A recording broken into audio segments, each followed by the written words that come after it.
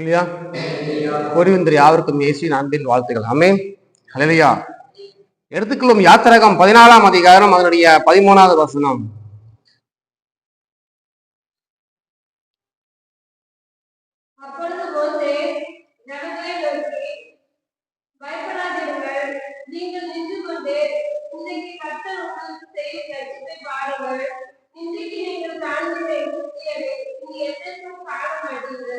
தொட்டு வாசிக்கலாம்.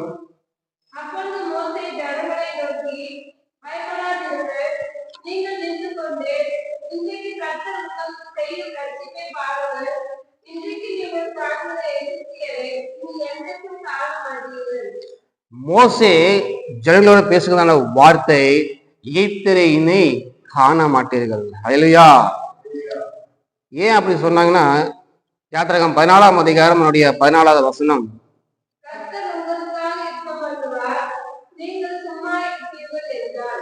ஏன் எகிப்தை காண மாட்டீர்கள் என்று சொன்னார். ஆமா, எகிப்து அடிமைத்தனத்திலிருந்து கர்த்தர் அவர்களை வெளியே கொண்டு வந்தார். பார்வோன் 10 வாதிகளுக்கு பிறகு ஜனங்களை போக விட்டான். ஆனாலும் யாத்திராகமம் 14ஆம் அதிகாரம் 5, 6, 7,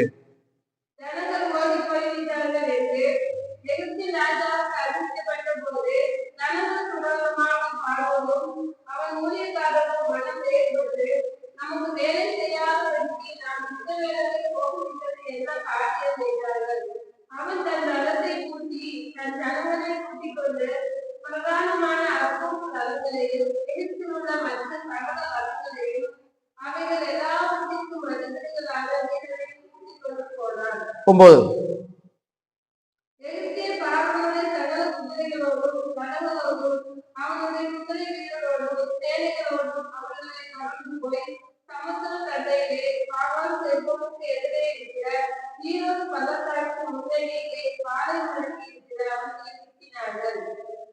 பாருங்க, அப்ப எகிப்து ஜனங்கள் இஸ்ரேல் ஜனங்களை தொடர்ந்து என்ன பண்றாங்க, தொடர்ந்து பின்தொடரி செஞ்சுட்டு இருக்கிறார்கள். அவங்க ஒரே பயம், கர்த்தரை நோக்கி கூப்பிடுறாங்க, ஆண்டவரே பின்னாடி வராங்களே அப்படின்னு. அதுதான் மோசே சொல்றேன், என்ற எகிப்தை நீ இனி காண மாட்டீர்கள். யார் இந்த இஸ்ரவேல் ஜனங்கள்? இஸ்ரவேல் ஜனங்கள் யார்? எகிப்திலே 430 வருஷமாக அடிமைத்தனத்தில் இருந்த இந்த ஜனங்களே கர்த்தர் மோசையை கொண்டு 10 வாதைகளை அனுப்பி பார்வோன் இடத்திலிருந்து விடுதலையாக்கி கொண்டு வருகிறார்கள். வருகிற வழியிலே எகிப்தியர்கள் விரும்ப பார்வோன் நம்ம விட்டு போனது என்ன என்று சொல்லி ரதங்களை கூட்டிக் கொண்டு பின் தொடர்கிறார்கள். இந்த இஸ்ரவேல் ஜனங்கள் ஆபிரகாம், ஈசாக், யாக்கோபுடைய சந்ததிகள். ஆமா, ஆபிரகாம், ஈசாக். ஆபிரகாமை கர்த்தர் அழைக்கும் போது, உன் ஜனத்தையும் வீட்டையும் தேசத்தையும் விட்டு புறப்படு, நான் உனக்கு தேசத்தை கொடுக்கிறேன், அதை உன்னை ஆசீர்வதிப்பேன்னு சொல்லி அழைத்து கொண்டு வந்தார். அதற்கு பின்பாக ஈசாக்கை கர்த்தர் உடன்படிக்கை பண்ணினார். ஈசாக்கை பின்பாக யாக்கோபோட கர்த்தர் உடன்படிக்கை பண்ணினார். உன் சந்ததிக்கு இந்த தேசத்தை கொடுப்பேன் என்று சொல்லி. பஞ்ச காலத்திலே யாக்கோபுடைய குடும்பம் அனைவரும் 75 பேர் எங்க போனாங்க?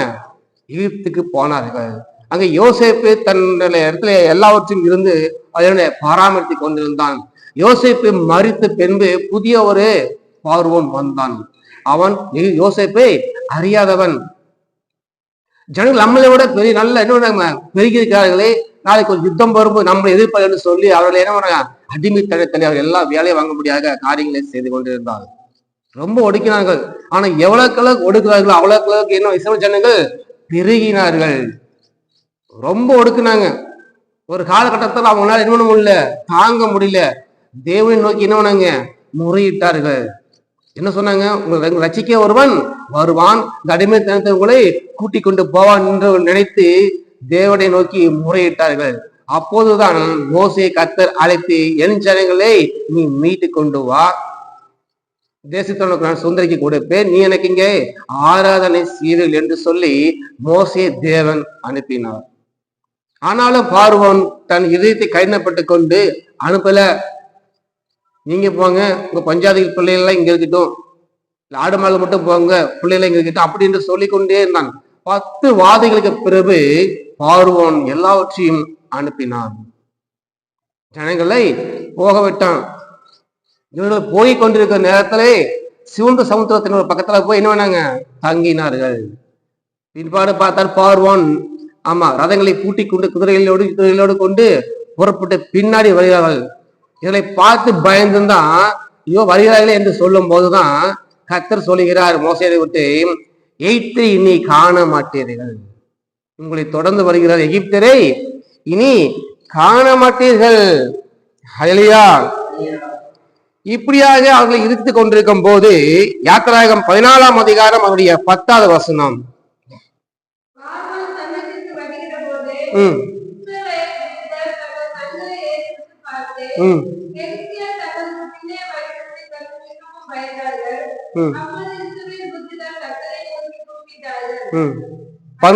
பன்னெண்டு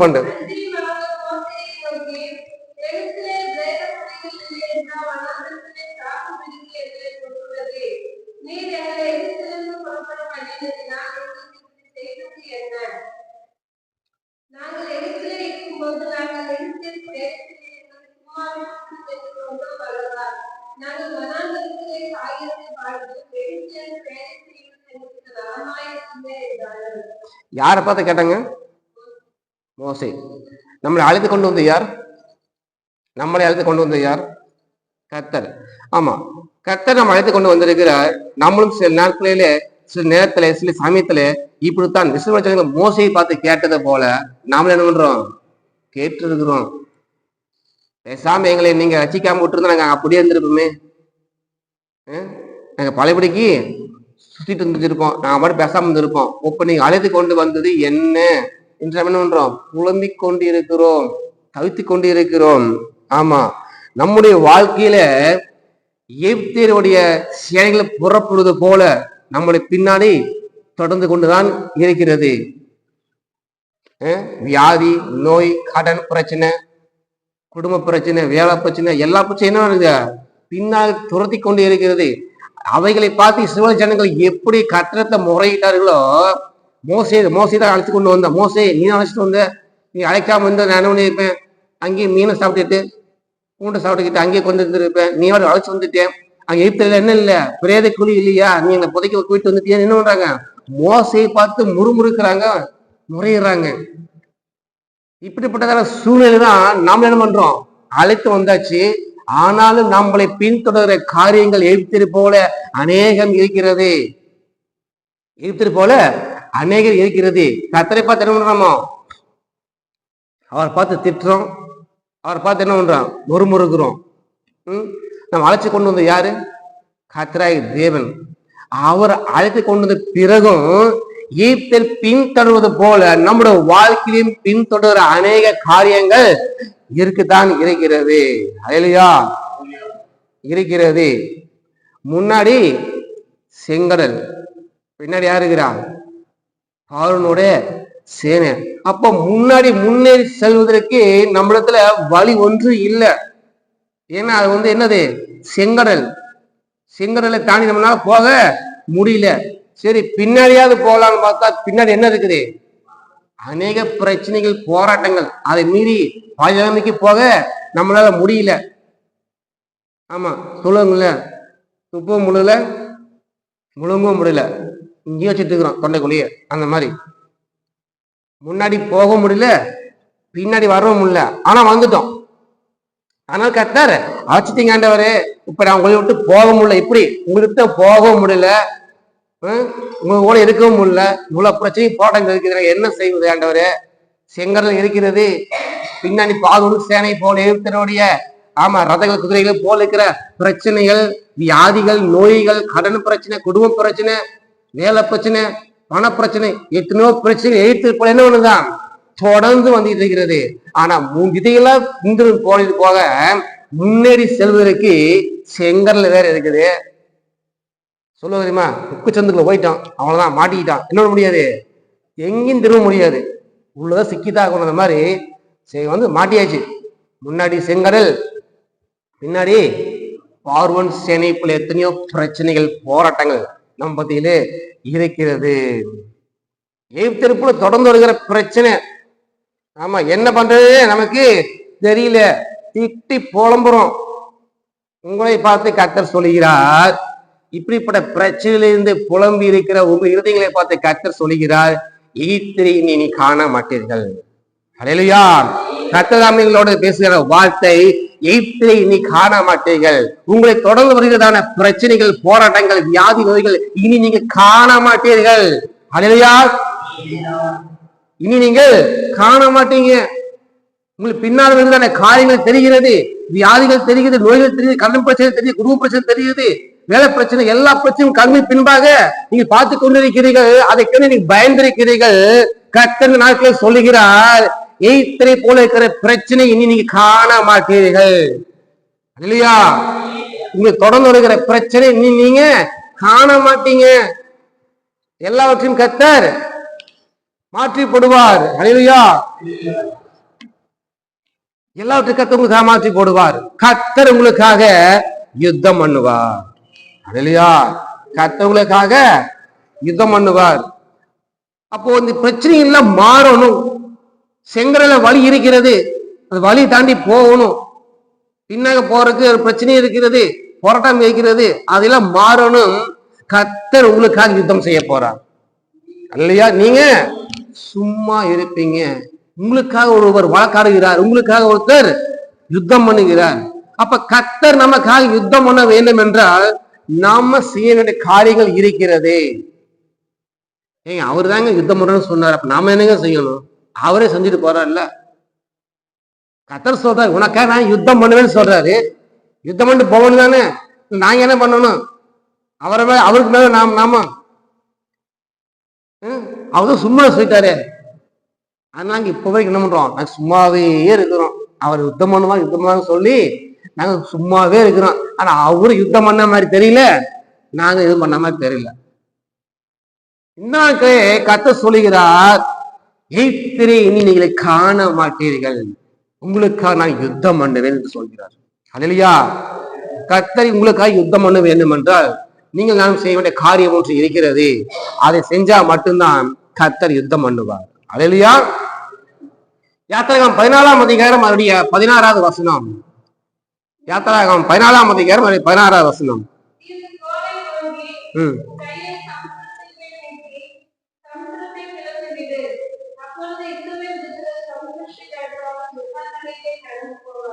பாருங்க, கோலை உன் கையில் இருக்கிற கோலை நீட்டி எதற்கு நேராக?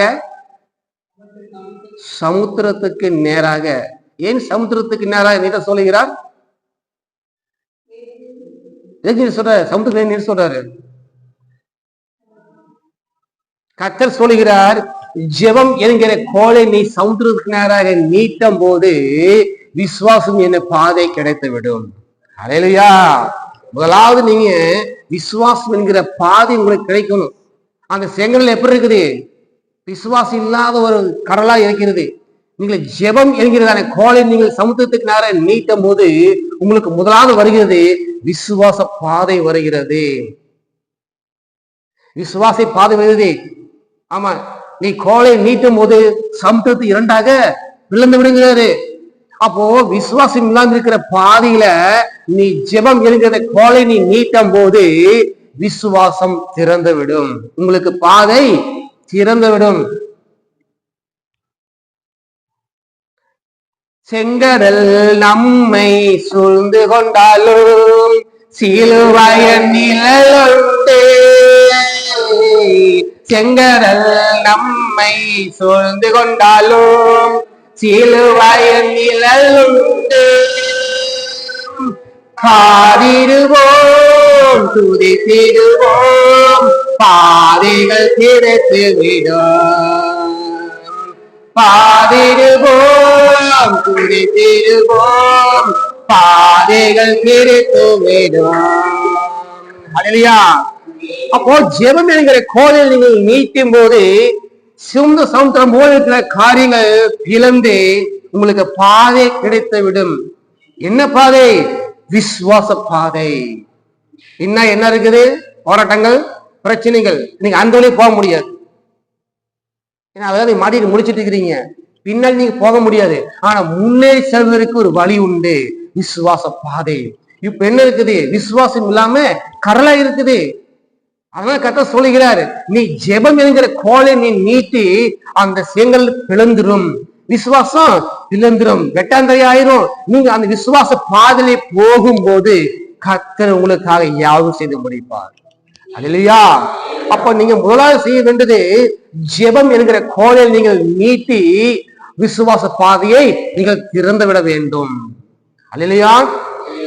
விசுவாச பாதையை நீங்கள் திறந்து விட வேண்டும். ஆமா, விசுவாசம் இல்லாமல் நம் முன்னே செல்வது ரொம்ப ரொம்ப கஷ்டம். ஏன் ஆண்டவர் முதலாவது விசுவாச பாதை காட்ட சொன்னார்? நீ செங்கல்ல நீ பிளந்துரு சொன்னார். இந்த வழி போக முடியாது, இதுக்கு ஒரே ஒரு வழி, அந்த கடல் மட்டும்தான். அந்த கடல் நம்ம பிளந்துட்டோம்னா அதன் மூலியம் என்ன பண்ணலாம்? கடந்து போகலாம். அப்போ நீங்க முதலாவது என்ன பண்ணணுமா? விசுவாச பாதை. இந்த பின்னாடி வந்து தானே போராட்டங்கள், பிரச்சனைகள், எல்லா கடன் பிரச்சனையிலிருந்து நம்ம தப்பிக்க வேண்டும் என்றால் விசுவாச பாதையில போகும்போதுதான் கர்த்தர் நமக்காக யாரும் செய்து முடிப்பார். அல்லேலூயா. நமக்காக யாரும் செய்து முடிப்பார். என்ன விசுவாச பாதை? கடன் பிரச்சனை இருக்கிறது, போராட்டம் இருக்கிறது, வியாதி இருக்கிறது, நோய் இருக்கிறது. இதிலிருந்து கர்த்தர் என்னை விடுவிக்க எனக்காக யுத்தம் செய்வார் என்று விசுவாசிக்கும் போது, விசுவாச அடியெடுத்து வைக்கும் போது கர்த்தர் நமக்காக என்ன பண்ணுவார்? யுத்தம் செய்வார். அல்லேலூயா. யாத்திராகமம் 14ஆம் அதிகாரம் அதனுடைய 22வது வசனம்.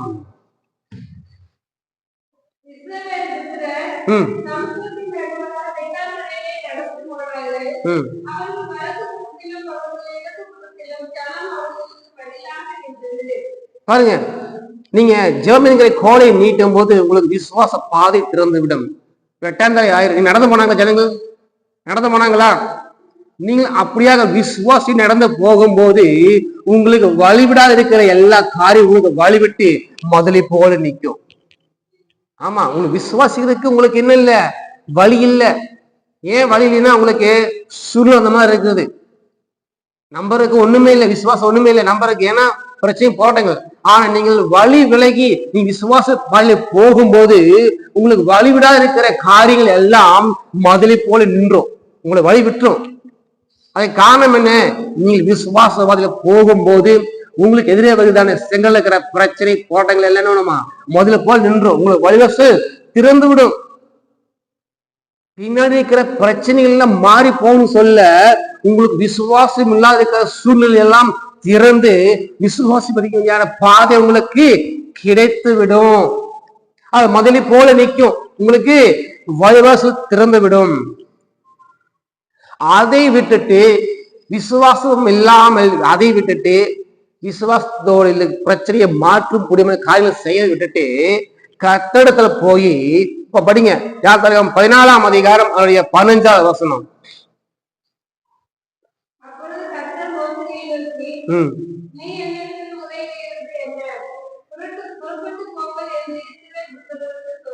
பாருங்க, நம்ம என்ன ஒண்ணு ஃபர்ஸ்ட் முதலாவது ஜெபம் கோலை நீட்டி விசுவாசத்தை பிளந்து விட வேண்டும். ஆனா அதை விட்டுட்டு அவன் என்ன போறான்? கர்த்தரிடத்துல போய் என்ன பண்றான்? முறையிடுறான். ஆண்டவரே எனக்கு பிரச்சனை, கடன் பிரச்சனை, போராட்டம், குடும்ப பிரச்சனை, அப்படி இப்படி என்னது முறையிடுறது. ஆனா கர்த்தர்னு சொன்னாரு, போய் முறையிடுறாங்க, அப்படிங்க இப்படிங்க அப்படி. ஆனா அவர் சொன்னாரு, உன் கோலை நீட்டி எங்கிட்டயே முறையிற. கர்த்தர் செய்ய முடியாதா? செய்ய முடியும். ஆனா அவர் என்ன சொல்றாரு? நாம செய்ய வேண்டிய ஒண்ணு இருக்குது. யுத்தம் பண்ணுவோம்னா நீங்க செய்யற ஒண்ணுக்கு நீங்களே என்ன பண்ற? உங்க கையில இருக்கிற கோலை நீட்டு எங்கிட்டயே முறையிடுற. அது இப்படிங்க இது இப்படிங்க அவன் இப்படிங்க ஏன் அப்படி நீ சொல்ற? ஜெபம் என்கிற கோலை நீ நீட்டு, விசுவாச பாதை வந்துவிடும்.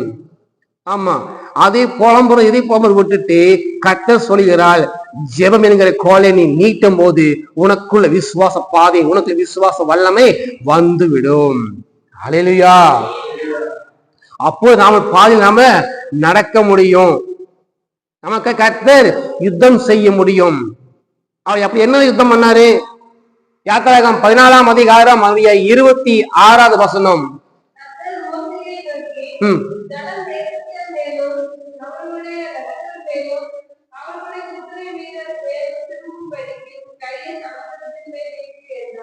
பாருங்க, விசுவாசங்கிற கோலை, அதாவது ஜெபங்கிற கோலை விசுவாசத்தை நம்ம செய்யும் போது எல்லாம் என்ன உதவுமா?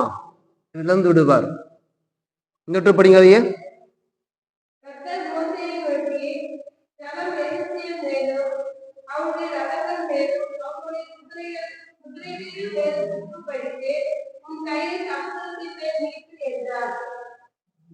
அப்போ நம்ம ஜெபங்கிற கோலை நம்ம என்ன பண்ணுமா?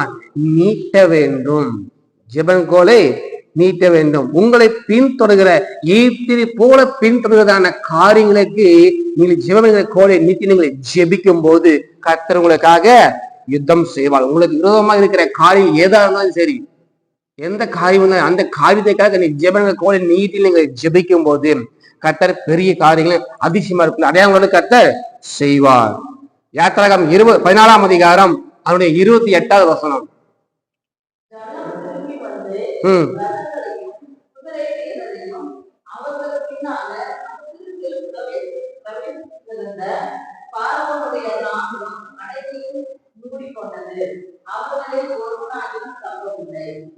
பாருங்க, ஒரு நாளும் தாப்பவில்லை.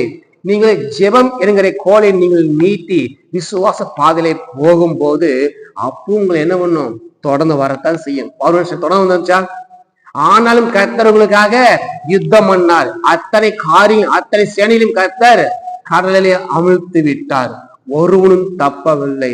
உங்களுக்கு விரோதமாக உங்க சரீரத்துல உங்க வாழ்க்கையில வேலையில குடும்பத்துல விரோதமாக கிரீசர எல்லா காரியம் கர்த்தர் ஒன்று கூட விடாம அத்தனையும் அதமாக்கப்படுவார். ஹல்லேலூயா. அத்தனையும் உங்களுக்காக அதமாக்கி போடுவார். ஒன்று கூட தப்பாது. வியாதியா அது என்னன்னு அழிச்சிருவார். நோயா அதையும் அதமாக்கி போடுவார். கடன் பிரச்சனையா அதையும் கர்த்தர் மாற்றி விடுவார். குடும்பத்துல பிரச்சனையா அதையும் மாற்றி விடுவார்.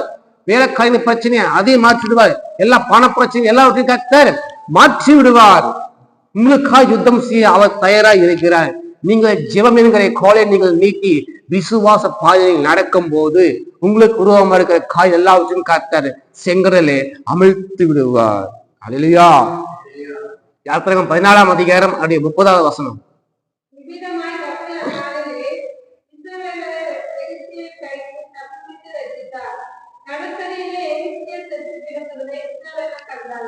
பாருங்க, எகிப்தரை செத்து கிடந்த இஸ்ரவேல் ஜனங்கள் கண்டார்கள்.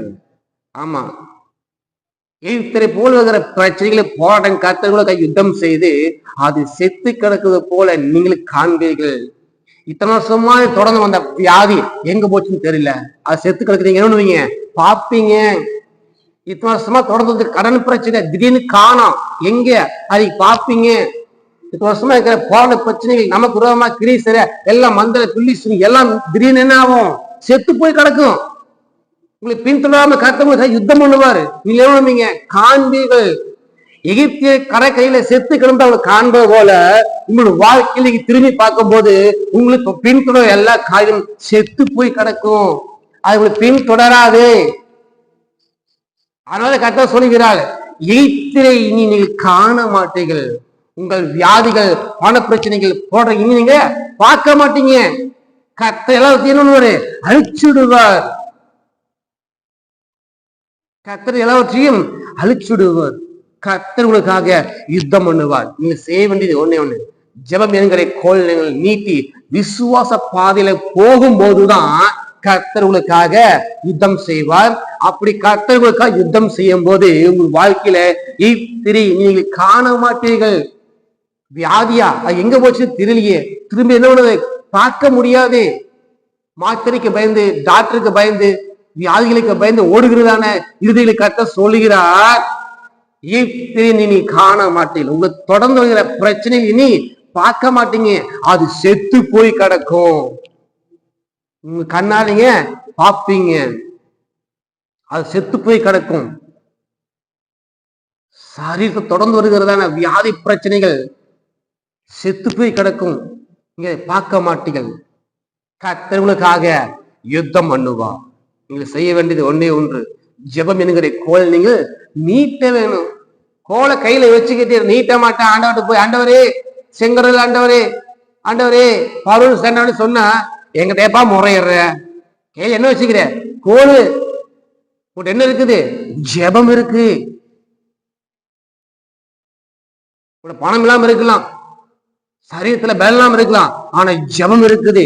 அந்த ஜெபங்கிற கோலினை நீட்டு விசுவாசம் வந்துடும். ஃபர்ஸ்ட் அந்த விசுவாச பாதையில போகும்போது என் மகன் விசுவாசிக்கிறான், என் மகள் விசுவாசிக்கிறான், அப்போ அற்புதம் நடக்கும், அதிசயம் நடக்கும், என்னடா அடையாளம் நடக்கும். அவன் எவ்வளவு நம்பிக்கை வச்சுட்டா சொல்றோம்ல, எவ்வளவு நம்பிக்கை வச்சுட்டா நான் கண்டிப்பா என்ன ஒண்ணு கொடுத்தே ஆகணும், செஞ்சே ஆகணும். இல்லாட்டி என் மேல இருக்கிற நம்பிக்கை என்ன ஆகும்? வீணா போகும். கர்த்தர் மேல நீங்க நம்பிக்கை வச்சுட்டீங்கன்னா, கர்த்தர் மேல நீங்க விசுவாசம் வச்சிட்டீங்கன்னா, அவர் உங்களுக்கா செஞ்சே முடிப்பா, செய்யாம போக மாட்டார். ஆமா, உங்களுக்கா யுத்தம் பண்ணுவா, உங்களுக்கா யுத்தம் பண்ணுவார். ஏன் அவர் சொல்றாரு எங்கிட்ட ஏப்பா முறையிடுற? அவர் முதல்ல பண்ணிக்கணும்ல. ஐயோ செங்கல் இருக்குது, ஜனங்களுக்கு தப்பிக்க வருமே அப்படின்னு அவரு என்ன பண்ணுவானு எல்லாத்தையும் செங்கல் பிறந்திருக்கலாம்ல, ஏன் அப்படி செய்யல அவரு? நம்ம செய்ய வேண்டிய ஒண்ணு இருக்குது. ஜெபங்கிற கோல் நீட்டு, நீ நீட்டப்பா, அப்ப உனக்கு நான் இன்னொன்னு யுத்தம் பண்ணுவேன். செங்கல் பிளந்தது, விசுவாசம் வந்துருச்சு. அந்த விசுவாசத்தினாலே எல்லா ஜனங்களையும் எல்லா காரிலையும் நடுக்கால கொண்டு வந்து மூடி போட்டார். ஒன்னோடு தப்பிக்கல. அப்ப நீங்க விசுவாசிக்கும் போது உங்க விசுவாசத்துல எல்லாம் இன்னொன்னு ஒளிஞ்சு போயிரும். வியாதி இல்ல, நான் நல்லா இருக்கேன் நீங்க விசுவாசமா சொல்லி பாருங்க, ஐயோ என் மகள் விசுவாசிக்கிறா அப்படின்னு அப்படியே என்ன செத்து போக பண்ணிடுவாரு, காணாமையே போயிடும். நம்ம சைட்ல வியாதி இருக்கு, நமக்கு டவுட்டா இருக்கும், நல்லா இருக்கு, எப்படி சைட்ல பலன் இருக்குது? அதுதான் விசுவாசிக்கும் போது கர்த்தர் பெரிய காரியங்களை செய்வார். இன்றைய உங்களுக்கு ஒரு வார்த்தை வருகிறது, எய்த்தரை நீங்களை காண மாட்டீர்கள். அவர் சொன்னதுதான் எல்லாத்தையும் என்ன ஒண்ணு கூட தப்பிக்கலையாம, ஒருவனு கூட தப்பிக்க விடாம எல்லாரும் செத்து கடந்ததை ஜனங்கள் கண்டார்கள். வாழ்க்கையில எத்தனை பிரச்சனை போராட்டம் அது இது எதா இருந்தாலும் சரி, எல்லாம் ஒரு கூட தப்பிக்காம எல்லாத்தையும் கர்த்தர் உங்களுக்காக யுத்தம் பண்ணி அழித்து போடுவார். நீங்கள் பிரச்சனையை காண மாட்டீர்கள். உங்களுக்கு மாதிரி சொல்றேன், எகிப்தை காண மாட்டீங்க சொல்றது போல உங்களுக்கு தான் சொல்றேன், இனி நீங்கள் வியாதியை காண மாட்டீர்கள். நீங்க எப்படியாவது போட்டுக்கலாம். நீங்கள் இனி வியாதியை காண மாட்டீர்கள், இனி நீங்கள் கடனை காண மாட்டீர்கள், இனி நீங்கள் குடும்ப பிரச்சனை காண மாட்டீர்கள். ஆமா, மாத்திரை நீங்கள் காண மாட்டீர்கள். மாத்திரை இனி நீங்க மாத்திரை நீங்க போட தேவையில்லை. இனி நீங்க உங்களுக்கு உருவமே இருக்கிற கிரிகள் மந்திர பில்லி சினி எல்லாம் இனி நீங்க காண மாட்டீங்க. கர்த்தர் உங்களுக்காக யுத்தம் செய்கிறார். ஆமா, குடும்பத்தை நாசம் மந்திர பில்லி சூனியம் உங்களுக்கு உருவமாக பாய்கிறதான எல்லா காரியங்கள், பொறாமை எல்லா காரியங்களும் கர்த்தர் மாற்றி விடுவார். நீங்க காண மாட்டீர்கள். கர்த்தர் வாக்கு கொடுக்கிறார், இனி நீ காண மாட்டீங்க. பயிர்த்தர இப்ப பாக்குறத கடைசி, இப்ப பாக்குறத கடைசி, நீ பார்க்க மாட்டீங்க. ஏன்னா எல்லாம் ஒளிந்து போயிரும், செத்து போயிரும். கர்த்தர் இந்த வார்த்தைக்கு பிறகு வருகிற நாட்களிலே நீங்கள் காண மாட்டீங்க. வியாதியா இருக்காதே, கடன் பிரச்சனையா இருக்காதே. ஆமா, சரீரத்துல பிரச்சனை, தலைவலி, அது இது எந்த சைடு உடம்பு எந்த வழி இருந்தாலும் சரி காண மாட்டீங்க. ஆமா, கைகால வலி எதா இருந்தாலும் சரி நீ காண மாட்டீங்க. எல்லாவற்றையும் கர்த்தர் அதமாக்கி போடுவார். அதற்கு நீங்க விசுவாச பாதையில நீங்கள் ஜெபிக்கும் போது, உன் கோலை நீட்டும் போது கர்த்தர் உங்களுக்காக யுத்தம் பண்ணுவார். வருஷமா பிரச்சனை, வருஷமா டாக்டர் போறோம், மாத்திரை சாப்பிடுறோம், எவ்வளவோ பிரச்சனை போராட்டம் இருக்குது. குடும்பத்துல பிரச்சனை, பையன் மூலியம் பிரச்சனை, கண் மூலியம் பிரச்சனை, எந்த பிரச்சனை இருந்தாலும் இனி நீ காண மாட்ட. அவ்வளவுதான். ஒரு உங்க பாஷையில இனி நீ பார்க்க மாட்ட. பையன் பிரச்சனையா பார்க்க மாட்ட, கணவன் பிரச்சனையா பார்க்க மாட்ட, அவ்வளவுதான். குடும்பத்துல பிரச்சனையா பார்க்க மாட்ட, வீட்டு பிரச்சனையா பார்க்க மாட்ட, அக்கம்பத்துல இருக்கிற பிரச்சனையா அதையும் பார்க்க மாட்ட. ஆமா, சுத்து தகராறா அதையும் பார்க்க மாட்ட.